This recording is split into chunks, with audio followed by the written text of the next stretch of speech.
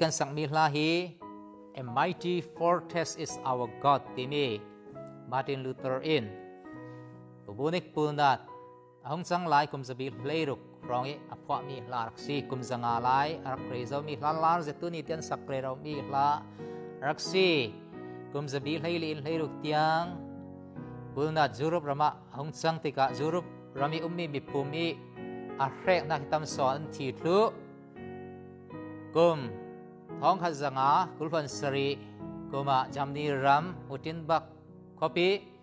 Martin Luther in sung sang umna kopi tla yung tampi himi pulnat ranga anthi choranga tam chakpol yung tampi kopi leng lama himna koli an tlan suak Martin Luther la in sung sang chu tlan suak thei lau mi kopi sungi tang mi dam chak lau pol tom hlom ding le zau that dinga kopi sunga an tang lantaอันนี้สงสารละไอ้มินอันนั้นตัวเวอฟันุเตตละทีสงขัดตั้มปีรัวปีตั้มปีอันทีอามินหัวมินุ่งตั้มปีอันทีจะมีจานไหลกุมท้องขัดจังอากุลฟันสริรองอีมุตนมีปาริงานมีลาอักซีสามนับบัดสมลีเลปรุกสิรสันินงานมีอักซีอิมีลาเตkasaktika kazirpa kasaktika thazang kanga zet pathianin intong tham zet ala sunga chut namal pakhat na ka kan pathian chu achak mi pathian asi inbom tu pathian asi ti mi atalang anamal panni na ka chu kan tha cha na long kan ring mo kan zom na long kan ring chun kan sung ding Jesu Christ ral ne tu coveringu ti mi atalang apathum na ka chu hilai tlun siat na khat man se phan na jang man lo pathian thom lian khi rin sanu that na in ne thang se siat na ma lo the se sa cha thi man se harau nun na pathian ni uk na amun ini te raksi kan Christian labua chun number som thum le pakwa achak big pathian ti mi si ketla himi late in hi COVID-19 bawrak siawa sunga pathian intong thamjet hazang in kizet tu la him raksi kain sang nu thon thangkan na kan nei dingi hazang raklak siaw dinga hoi krit minin karun lo som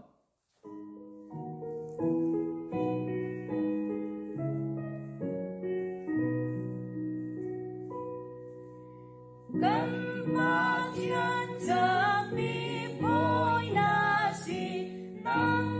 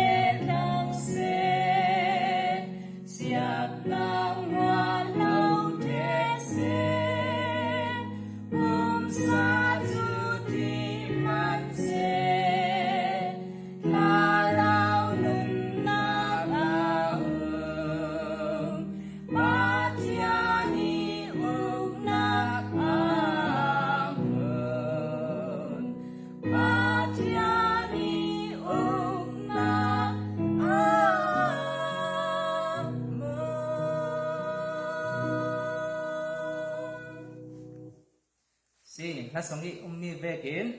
siat nak ma lo the se la that nak ma in khat thang se an za te pap tian in lo pin lo tho so rang se